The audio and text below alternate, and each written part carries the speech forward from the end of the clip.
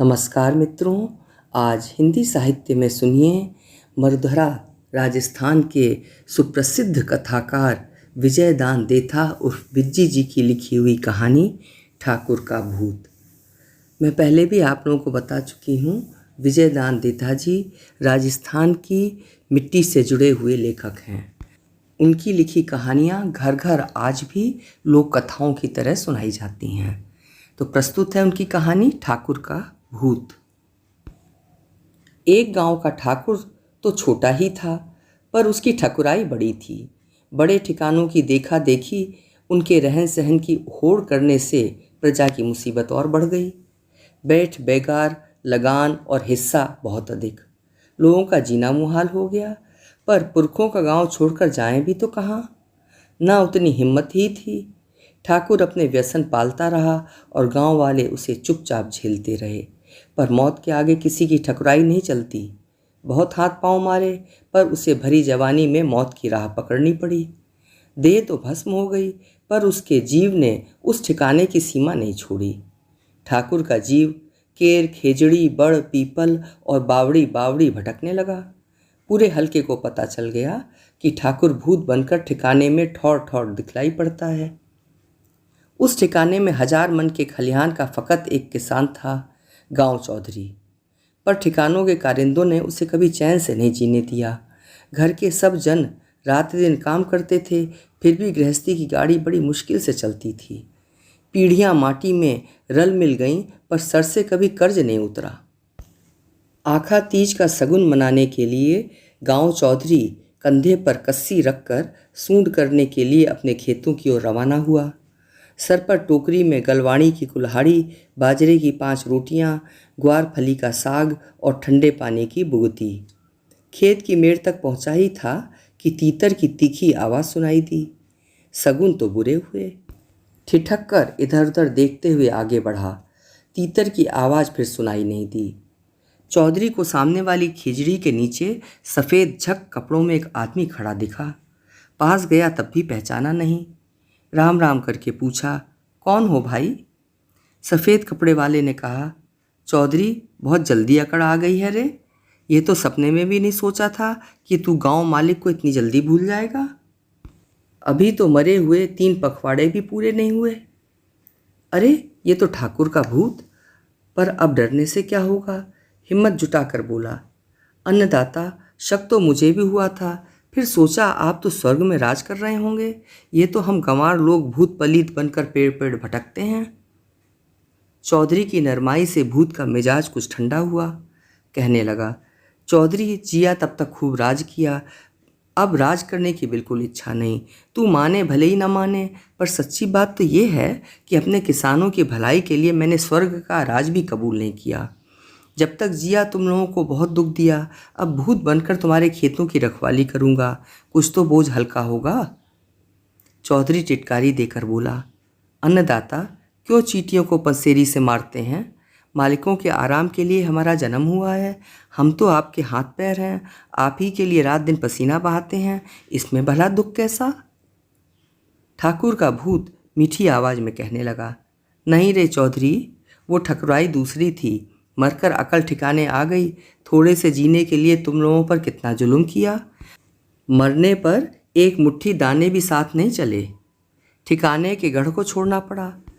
पंडित नित्य पूजा पाठ करते हैं, इसलिए मैं गढ़ के भीतर भी नहीं जा सकता। कुंवर ठकुरानी का अब मुझसे कैसा नाता, सब स्वार्थ का रोना धोना है। गढ़ में जाने के लिए बहुत तड़पता हूँ, पर पग ही नहीं धरने देते। अब बहुत पछताता हूँ कि इनके लिए तुम्हें क्यों इतना कष्ट दिया। जैसे भी बन पड़े तुम लोगों के लिए कुछ काम आ सकूँ तो कुछ शांति मिले। चौधरी का दिल भर आया। मालिक के मुंह से कभी ऐसे मीठे बोल नहीं सुने थे। हाथ जोड़कर कहने लगा, आपने श्रीमुख से फरमा दिया, यही बहुत है, हमें और कुछ नहीं चाहिए। ठाकुर का भूत बीच में ही बोला, नहीं नहीं, कोरी बातों से क्या होता है, मैं सचमुच तुम्हारा एहसान चुकाना चाहता हूँ। बोल चौधरी, तेरे आए बरस कितना बाजरा होता है? चौधरी ने कहा, आपसे क्या छुपाया अन्नदाता, बरसात अच्छी हो तो 1000 मन से कम नहीं होता। भूत ने कहा, पर तेरे 100 मन भी मुश्किल से हाथ लगता था। आज बहुत जी कलपता है, मैंने तुम लोगों पर कैसी कैसी ज्यादती की। मेरा कहा मान, खेत में उमरा भी निकालने की जरूरत नहीं, उल्टे पांव लौट जा। कातीसरे में 2000 मन बाजरा पैदा करने का जिम्मा मेरा, ठिकाने को एक दाना भी हिस्सा मत देना। इनके लक्षण ही ऐसे हैं। चौधरी सर धुनते हुए बोला, नहीं अन्नदाता नहीं, ऐसी कमाई से राम बचाए, हम ढोर आप बड़भागियों की बराबरी कैसे कर सकते हैं। आपके मुंह से ऐसी अमृतवाणी सुनकर ही मुझे 2000 मन की ठौर लाख मन बाजरा मिल गया। अन्नदाता, हम गंवार पीढ़ियों से हाथ से पैदा करके खाने के आदी हैं। बिना मेहनत का धान हमें पचेगा नहीं। निकम्मा बैठना हमारे लिए मौत से भी अधिक दुखदाई है। ये बात ठाकुर के भूत को चुभी। तब भी गुस्से को दबाकर बोला, तेरा मतलब ये है कि हम ठाकुर ठेठरों को दूसरों का माल पचता है, हम हराम की खाते हैं। चौधरी कोहनी तक हाथ जोड़कर झुकते हुए कहने लगा, ऐसी बात मैं अपने मुंह से कह सकता हूँ भला? मुंह उधार का थोड़े ही है जो मालिक को ऐसे को बोलूँगा। आप बड़े आदमियों का तो काम ही आराम फरमाना है। पिछले जन्म की पुण्याई ही ऐसी है। हम अपने कर्मों से इस जन्म में हड्डियाँ गलाते हैं। आपने अपने श्रीमुख से फरमा दिया, इतनी दया ही बहुत है। भूत थोड़ा पास आया, होंठ चबाते हुए बोला, थोथी दया से क्या होता हवाता है, करके बताऊंगा। तुझे खेतों में पाँव रखने की भी जरूरत नहीं। घर बैठे 2000 मन बाजरा हाथ लगेगा, तब तुझे मेरी दया का पता चलेगा। तुम किसान लोग भी एक बार आराम का दुख उठाओ तो सही। हम तो पीढ़ियों से ये दुख उठा रहे हैं। चौधरी दुविधा में पड़ गया। ना तो बिना मेहनत का बाजरा लेना चाहता है और ना भूत से विवाद करना चाहता है, और भूत भी ठाकुर का। बिगड़ गया तो घर को मिट्टी में मिला देगा। सोच विचार कर बोला, अन्नदाता का हुक्म हो तो आखा तीज का सगुन तो मना लूं। भूत गरजा, मरने के बाद तुझे साक्षात दर्शन दिए तब भी सगुन बाकी रह गए क्या? तेरे 2000 मन बाजरे में कमी नहीं रहेगी। जा घर जा, चैन की बंसी बजा, खेतों की ओर देखने की भी जरूरत नहीं है। ठाकुर का भूत नहीं माना तो चौधरी खेत में एक बार भी कस्सी चलाए बिना वापस आ गया। भूत पलीतों के कई कारनामे उसने सुन रखे थे, उनके लिए कुछ भी मुश्किल नहीं है। 2000 मन बाजरे का वादा किया है तो ज़रूर पूरा करेगा। फिर भी उसे कोई खास खुशी नहीं हुई। बिना मेहनत की पैदावार कैसे कबूल करे? घर आकर उसने चौधराइन से कुछ नहीं छुपाया, पूरी बात बता दी। चौधराइन के एड़ी से चोटी तक आग लग गई, जैसे नागिन की पूंछ पर पाँव पड़ा हो। कहा, नहीं चाहिए हमें हराम का एक भी कुदाना। 7 पीढ़ियों तक आलस पीछा नहीं छोड़ेगा, इससे तो भूखों मरना अच्छा। कहते कहते इतने गुस्से में भी चौधराइन को हंसी आ गई। कहा, तुम्हें इतना भोला तो नहीं जाना था। ठाकुर ने जीते जी हमें क्या कम दुख दिए जो मरकर उनका भूत हम पर मेहर करेगा? तुम्हें हो तो हो, मुझे तो मरकर भी भरोसा नहीं होता। चौधरी ने कहा, भूत के आगे कैसे भी बलि को भूला बनना पड़ता है। बात तो मेरे भी गले नहीं उतरी, पर क्या करता। बिफर गया तो हमारे जवान बेटे को कुछ हो हवा ना जाए, ये सोचकर चुप लगा गया। बेटे की जोखिम की बात सुनकर चौधराइन भी डरी। हौले से बोली, मुझे तो रत्ती भर भरोसा नहीं होता। फिर भी अगर कौल पूरा हो गया तो हम एक दाना भी घर में नहीं रखेंगे। आधा बाजरा ठिकाने को दे देंगे और आधा कबूतरों को डाल देंगे। हम समझेंगे अकाल ही पड़ा। पति पत्नी ने जैसे तैसे अपने मन को समझाया, पर उतरते आषाढ़ इंद्र भगवान की ऐसी मेहर हुई कि कुछ ना पूछो।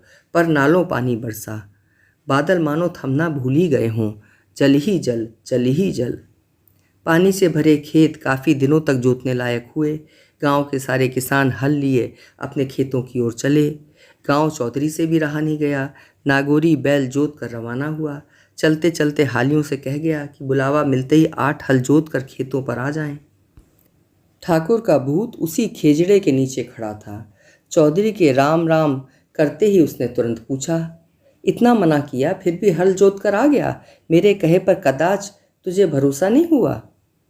बैलों को रोक कर चौधरी कहने लगा, नहीं माई बाप, मेरी इतनी ज़रूरत कहाँ जो आपकी बात पर अब भरोसा करूँ। मेरे जीवन में आज तक इतनी ज़ोरदार बरसात नहीं हुई।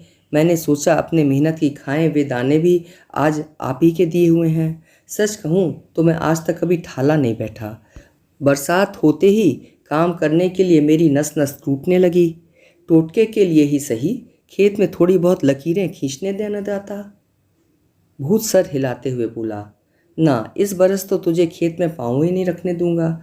तुम लोग हमें मन ही मन कोसते थे कि हम राम उमराव हाथ पर हाथ धरे ऐश करते हैं। अब पता चला कि ठाली ऐश करना कितना मुश्किल होता है। तू तो इतने से ही आजिज आ गया। दाद दे हमें कि हम सामंत हमारा बस चलते मुँह की मक्खी भी नहीं उड़ाते। दुनिया में हर आदमी को अपना दुख और दूसरों का सुख बड़ा भला लगता है। ये तो हमारा ही कलेजा था जो चुपचाप गुलछर्रे उड़ाने का दुख झेलते रहे, कभी उफ तक नहीं की। भूत के आगे चौधरी की दाल नहीं गली, उल्टे पांव लौटना पड़ा। न सूर सवार करने दिया और न एक हलाई ही खींचने दी। गांव भर के खेत मगध की माफिक चूते हुए सुरंगी आभा दे रहे थे, पर गांव चौधरी के खेत तालर की तरह जमे पड़े थे। उसने किसी को कुछ नहीं बताया। इसके उसके खेत देखता डोलता रहा। लोग बाग अनजुते खेतों के बारे में पूछते तो टाल जाता। आस पड़ोस के खेतों में बाजरे की हरियाली छाने लगी तो अपने बदरंग खेत उसकी आंखों में खटकने लगे। क्या करे और क्या ना करे। घूमता घामता फिर अपने खेतों की ओर गया। ससुरा भूत तो खिचड़ी का ठिया छोड़ता ही नहीं। भूत पर नज़र पड़ते ही चौधरी ने फरियाद की, अन्नदाता, पूरी कांकड़ में हरियाली दिप दिप कर रही है, पर मेरे खेत एकदम कोरे, बिना बोए कैसे पैदावार होगी। भूत हंसा। बोकर पैदावार कर लेना ये तो आदमियों का प्रपंच है। हम देवजून के प्राणी जब चाहें लाख मन का ढेर लगा दें।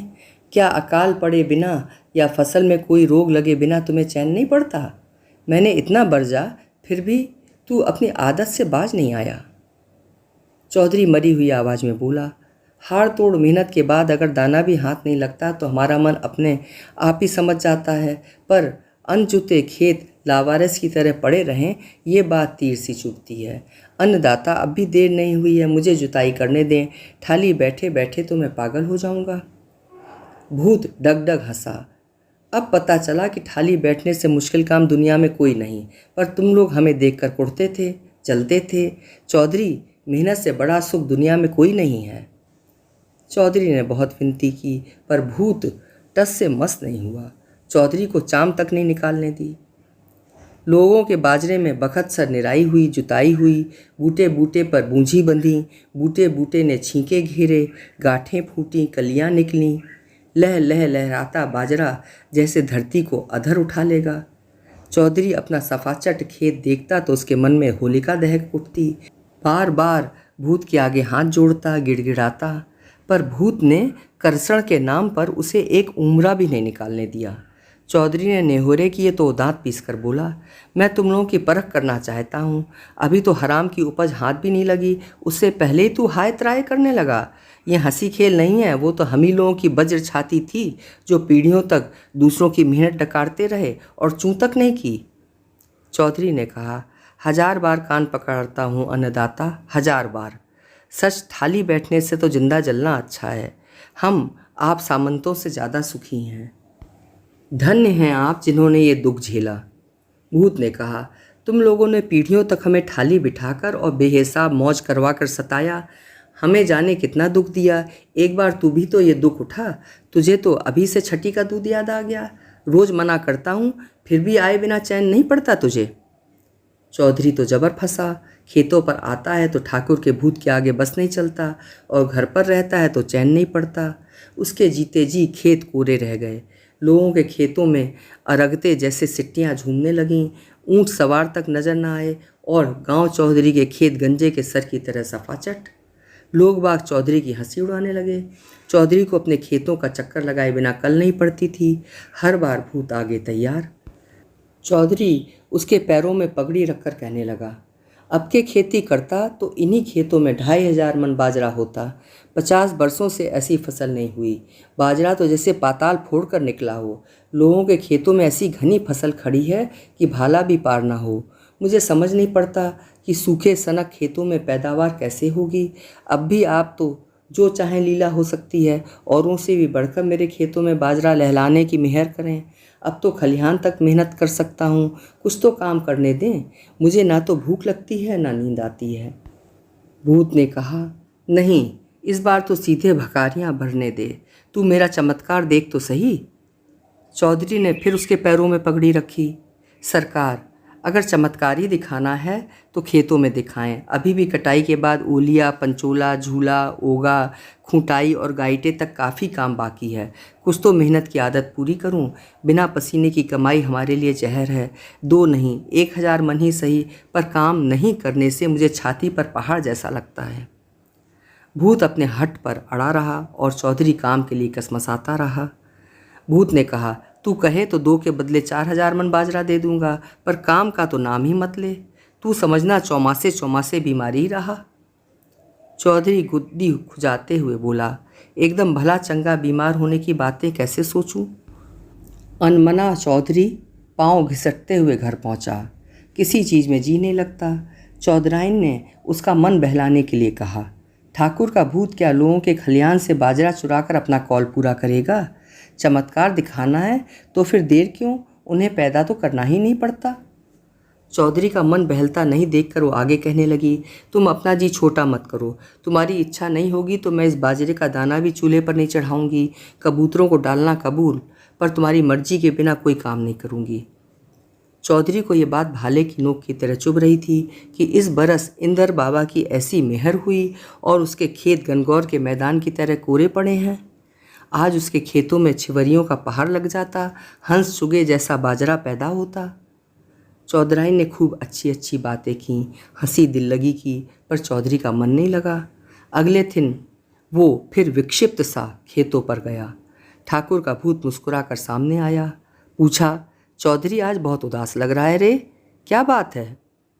गरीब नवाज, आप तो घट-घट के वासी हैं। मेरे दिल की आग आपसे क्या छुपी है। आपसे हाथ जोड़कर अर्ज है कि आप बाजरा भखारियों तक ना पहुंचाकर यहीं सिट्टियों का ढेर लगा दें। गहाना, उफन्ना और दूध देनी, इतना काम तो अपने हाथ से करूं, बिना काम मेरी हड्डियां दुखती हैं। भूत ने कहा, चौधरी सोच तो सही, गद्दों पर सोते सोते हमारी हड्डियों का क्या हाल हुआ होगा। हमने कभी नाक में बल तक नहीं डाला, तुझे इतने आराम से ही नानी याद आ गई।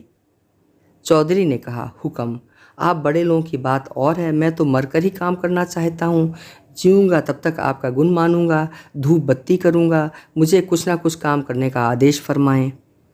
भूत ने कहा, एक बार मना कर दिया तो फिर इस मुंह से हाँ नहीं करूँगा, नहीं तो तुझे हम बड़े लोगों की तकलीफ़ का पता कैसे चलेगा। तू चिंता मत कर, बाजरा मोती के दाने जैसा दूंगा। चौधरी क्या करता, चुपचाप घर लौट आया। चौधराइन ने पति को खुश करने की बहुत चेष्टा की, पर अकारत। 3 दिन तक चौधरी मुंह लटकाए हुए झोपड़ी में बैठा रहा। चौथे दिन फिर उस खेजड़ी के नीचे पहुंचा। ठाकुर तो ठिया छोड़ता ही नहीं। राम राम करके चौधरी ने कहा, अन्नदाता, मेरी ये बात नहीं मानी तो मैं आत्मघात कर लूँगा। लोग गाड़ियों गाड़ियों बाजरा लाकर थक गए, क्या फसल हुई है। मानो बरसात के बहाने मोती के सांचे ढला बाजरा बरसा हो। आप यही खलिहान में बाजरे का ढेर लगा दें, कम से कम गाड़ियां जोतने का काम तो करने दें। ठाकुर का भूत देर तक डग हंसा। हंसते हंसते बोला, चौधरी, दुनिया में पागल तो बहुतेरे देखे, पर तेरे जैसा नहीं देखा। तुझे विश्वास हो गया कि मैं कौल मुजब बाजरा दे दूंगा। पगले, जब तक जिया तुम लोगों को दुख दिया, अब मरकर सुख दिया तो नरक में नहीं जाऊंगा। ये कॉल नहीं करता तो तू खेती किए बिना मानता थोड़े ही। हल्के में सबसे बढ़िया उपज होती, ये मुझसे देखा जाता भला। पति पत्नी अब सपने में बाजरा देखो। सुनकर चौधरी उल्टा बहुत खुश हुआ। कहा, निहाल कर दिया अन्नदाता, अब कहीं दुख का पहाड़ सर से उतरा। बाजरा हाथ नहीं लगा इसकी मुझे रत्ती भर चिंता नहीं, हाथ लग जाता तो जरूर चिंता की बात होती। धरती और मेरे पसीने का खूब मेल है, जीता रहा तो ढेरों बाजरा निप जाऊंगा। घर में कुदाना आते आते बच गया, 5 पंसेरी गुड़ बांटूंगा। इतना कहकर उसने राम राम की और फूल की तरह हल्का होकर घर की ओर चला। चौधराइन ने पति का खिला हुआ चेहरा देखा तो बहुत खुश हुई। पूछा, ठाकुर का भूत तुष्ट हो गया दिखता है, पर यहाँ तो एक दाना भी नहीं आया। चौधरी आखर आखर के साथ हर्ष के मोती बरसाते हुए बोला, यही तो खुशी की बात है कि दाना ना तो आया है और ना आएगा। ठाकुर मरकर भी अपनी करतूतों से बाज नहीं आया। चौधरी ने पूरी बात बताई। चौधराइन की खुशी का पार न रहा। कहा, जिए जब तक लगान और हिस्से के नाम पर लूटा और मरकर खेतों में दाना भी पैदा नहीं होने दिया, ये और क्या करेंगे। भगवान की मेहर है कि हराम का कुदाना हमारे गले नहीं उतरा। चौधरी कई दिनों के बाद उस रात ठीक से सोया। मीठे सुहाने सपने देखे। सपने में उसने बहुत काम किया, बहुत काम किया। करते करते पसीने से नहा गया। उसके पसीने से अनगिनत मोती पैदा हुए। अभी आप सुन रहे थे विजयदान देता उर्फ बिज्जी जी की लिखी हुई कहानी ठाकुर का भूत।